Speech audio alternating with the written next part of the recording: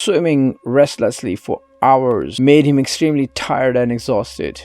Luckily, he had some gas canisters around his waist.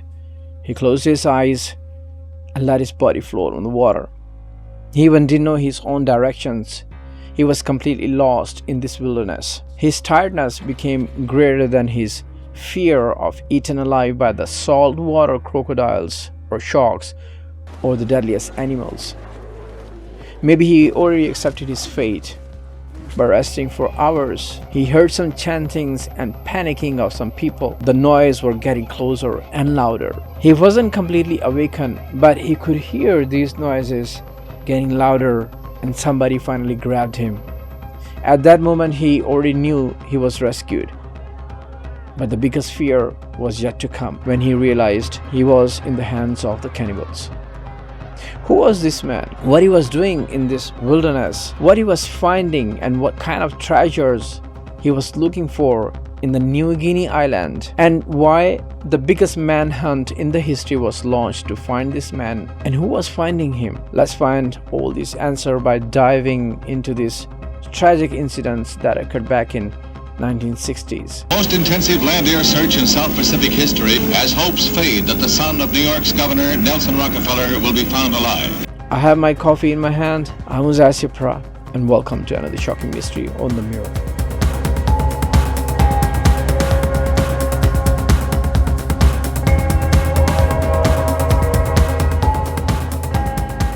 On November 17, 1961, the small crew of 4, they were lost in the wilderness.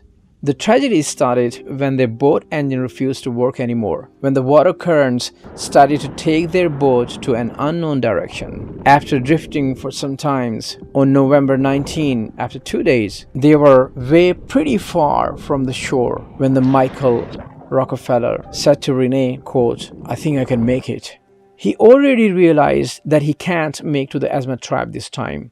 The reason he wanted to revisit the Asmat tribe because he was obsessed with some artifacts that he wanted to collect from the Asmat tribe. But on the other hand, for the Asmat tribe, these artifacts, they were the part of their religion. They were very important to them. The Asmat honored their dead with feasts and rituals. Michael had no idea how serious and important these artifacts to the Asmat tribe.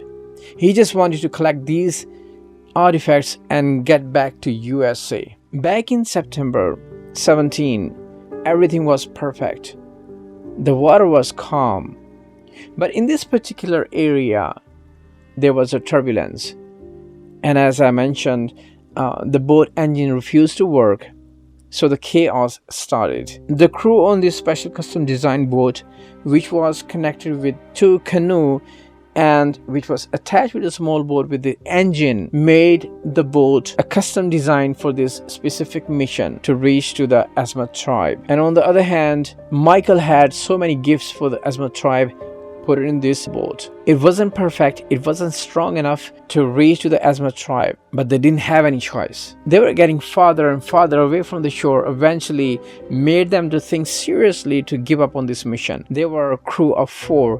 Interestingly, among them, there were a Dutch anthropologist, Renee, and 2 were teenagers from the Asmat tribe to guide them. They were the guides to lead them to the Asmat tribe, and 4th, Michael Rockefeller himself. After calculating all these possibilities, because the boat engine cannot work anymore and the water drifts taking their boat farther and farther away from the shore, so eventually they decided to one conclusion.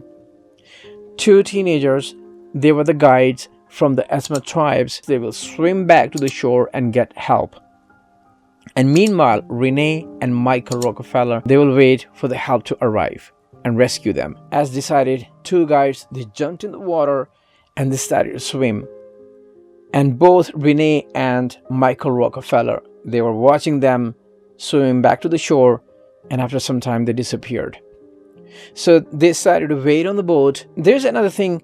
Michael brought so many gifts for the Asmat tribes to make an exchange to have those artifacts. For Michael, it was some kind of gesture of gratitude to the Asmat tribe because he had a a huge amount of respect for the Asmat tribe, for their culture. Another tragedy was the boat just flipped, and it stayed because of one air pocket, and boat was there, but everything was lost. So they climbed up on the boat and sit there, wait for the help to come. It was tiring and exhausting, but Michael really wanted to meet this Asmat tribe to make his father proud, because Michael was belonged to one of the most powerful family in the USA, the Rockefeller family. This is one of the most powerful family in the USA who were in the list of the most richest people in the world at that time. Michael Rockefeller's father was Nelson Rockefeller, who was the governor of New York and the future vice president of the USA. His grandfather, he was a business tycoon in the oil industry, John D. Rockefeller, one of the most richest person in the world. So what made Michael Rockefeller to leave his family to come here? There was another reason, because Michael's father started a museum where he displayed the similar art and artifacts for the people to learn about the histories and different cultures. Michael was different in the family. He had love for the nature, which made him to explore the wilderness, and came here 7 months ago with a team of filmmakers. They were here to produce a documentary on the Asmat tribe. When Michael came along with this small team of these filmmakers, he became obsessed with the Asmat tribe. He wanted to learn more about the culture. This became his passion, and not only to learn about the tribe culture, but also to educate back in the USA. Through the artifacts, he wanted to take them for the museum made by his father, Nelson Rockefeller, by the name of Museum of Primitive, displaying similar culture. So Michael wanted to get back these artifacts to educate people about this specific Asmat tribe in New Guinea Island. 7 months ago, when Michael came to New Guinea Island and met with Asmat tribe, he was very much respectful. He had so many gifts for them, and when he saw the culture, stayed there for some times. And not only this, the Asmat tribe, they were very much friendly to the whole filmmaker crew. So after 7 months, this time, as they caught up in this trouble, and they've been waiting for 2 days, there was no help coming, exhausted, sitting on the boat, very tired and frustrated. When Michael talked to Renee, he said, "I think I can make it. I swim back to the shore, even we know we are almost 10 miles away from the shore, but I believe I can make it." So Renee, he didn't like this idea, but eventually Michael made him to agree with him. So he put one canister, attached his waist, and then he jumped in the water and he swam away. Renee, he was watching Michael swimming in the water, and after some time he was out of his sight. On November 19, when Michael left Renee and jumped in the water and started to swim, after 12 hours he heard some noises, and he came to know some people, they came to rescue him. There was one boat came along into the water. They rescued Renee, and Renee had a relief. And he talked to the people if Michael told them about him, that he was here. But they said they never heard from Michael. They were 2 teenagers. They went to the shore.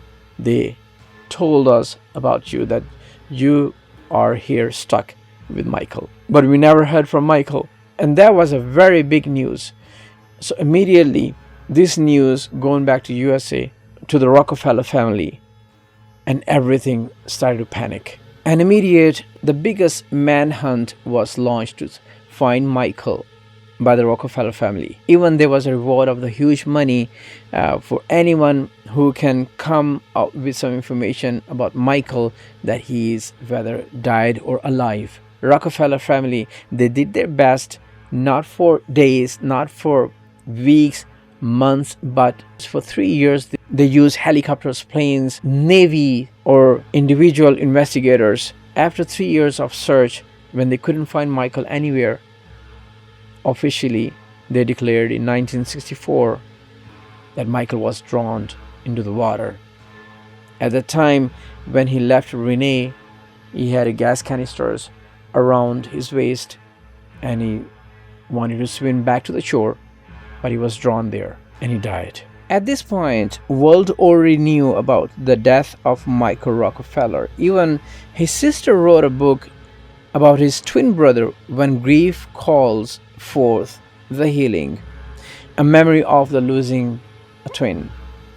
Surprisingly, on the other hand, and opposite of the news of Michael's death, rumors started to circulate in New Guinea. And not only this, several magazines started to publish rumors about Michael, if he was alive or dead, or he is murdered by the tribe. Eventually it became a mess, resulted to spread new ideas, and unsure or unclear about Michael's death. It was like he is not dead. He has left his family and he became a part of the Asmat tribe.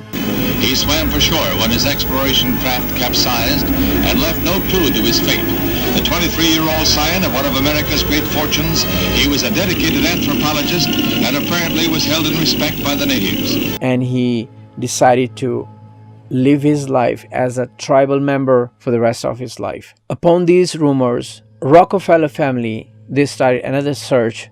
They hired individual investigators, asked them to go travel back to New Guinea and find out the truth. On one occasion, the History Channel program Vanishing reported that the Rockefellers' mother paid $250,000 to an investigator, which was offered for the final proof whether Rockefeller was alive or dead. So in 1969, filmmaker Milt McLean, when he heard all these rumors, he decided to go back to New Guinea and search for Michael by documenting the Asmat tribe. He went there with a small crew. They started to document by shooting the documentary. They didn't leave any single corner. They covered every area. So they decided to come back where Milt, he put that raw footage into storage. So instead, he wrote a book which became the best-selling book back in time by the name of Search for Michael Rockefeller. Author Paul Tohey, in his book Rocky Goes West, claims the Rockefellers' mother hired a private investigator back in 1979 to go to the New Guinea to investigate to solve the disappearance of Michael. Reliability of the story has been questioned, but Tohey claims that the private investigator swapped the boat engine for the skulls of 3 men, and he brought these skulls back to USA and handed over to the Rockefeller family. Among these 3 skulls, one of skulls were belonged to Michael Rockefeller. In the documentary film Keep the River on Your Right, states that he spoke with the Asmat people. They described finding Rockefeller on the riverside. They cooked him and ate him. Where Michael Rockefeller presumably was killed and eaten. They said that they found him on the beach and that they ate him. So 40 years later, another film crew traveled back to Guinea in order to find Michael, following the speculations if Michael was still alive. They knew that Milt has already shot one documentary. So they requested Milt McLean to saw the footage. What they saw, that was very shocking. They saw one of the shot in the documentary, a man which was similar to Michael Rockefeller. That was the shot when there was a small battle took place, and it was a very short moment that even they were filming at that time 40 years back, but they didn't notice that small spot where 40 years later they discovered a man who was very similar to Michael. Now they believed Michael is still alive and he is living as a part of the tribe back in New Guinea with the Asmat tribe. So in 2014, a journalist from the National Geographic Channel, Carl Hoffman, he finally decided to travel to go to the New Guinea to investigate about Michael, that he was still alive or whatever happened with Michael. He traveled to New Guinea along with some friends who knew about their language. He stayed there for several months. He gained their trust. So when they became very close to each other, the Asmat people, now you have to remember, this is 2014. That was 1961. That era, that time was different. And now the new generation, many people, they already have died from the Asmat tribe. Now there is a newer generation. The time has been changed. There are so many advancements have taken place in the tribe. Now this is 2014, but they still keep those kind of customs with them. So when they already gained their trust, so they decided to give them the true story, whatever happened to Michael Rockefeller. And they want Carl Hoffman to not to disclose this story to anyone, because once this story is going outside, the Westerns or white people or people from the white tribe, they will come to kill everybody in their tribe. Carl Hoffman, he came back and he wrote a book. So he published that book, and in that book he explained the whole story, whatever happened to Michael Rockefeller. So this is November 19, the time when Michael Rockefeller, he jumped into the water and started to swim. He was very tired, restlessly swimming for hours and hours. He wanted to stop swimming in order to gain some energy to swim again to reach to the shore. But when he closed his eyes, until he heard some chantings and the panickings of some people, and the noise were getting louder and louder. And it was keep getting closer until somebody grabbed him. So at that moment, he thought he was rescued. But biggest fear was yet to come when he realized he was in the hands of the cannibals. These are those Asmat people back in 1961, at that time when they found Michael near the Guinea island, near the shore. They grabbed him back, they put him in the boat, and then they started to paddle the boat and go to their way to their tribe. On the open clearing, they put Michael, they let him sit under the tree where all these almost 50 people from this tribe, they were looking at Michael, and they started to laugh loud. And at that time, Michael, he realized something is very terribly wrong is going on, and he started to have this fear and started to scare. When two men, they got close to Michael, they had these spears, and they drove these spears into Michael's body. He was in extreme pain, but he couldn't do anything, and he was very tired after swimming. And then they took him to another clearing where they chopped him, they cut him into the pieces, and one of the men, he cut his throat and separated his head from his shoulders, and then they cooked him and they ate him. One of them brought his skull back to the tribe and made as a trophy. And after some time, when the speculations and the rumors, they started to circulate in New Guinea, and eventually when the search was launched, many investigators, they came here to ask about Michael Rockefeller from the Asmat tribe. They were all quiet because they knew they actually killed Michael as a revenge. They thought he is from the white tribe who killed their warriors back in time.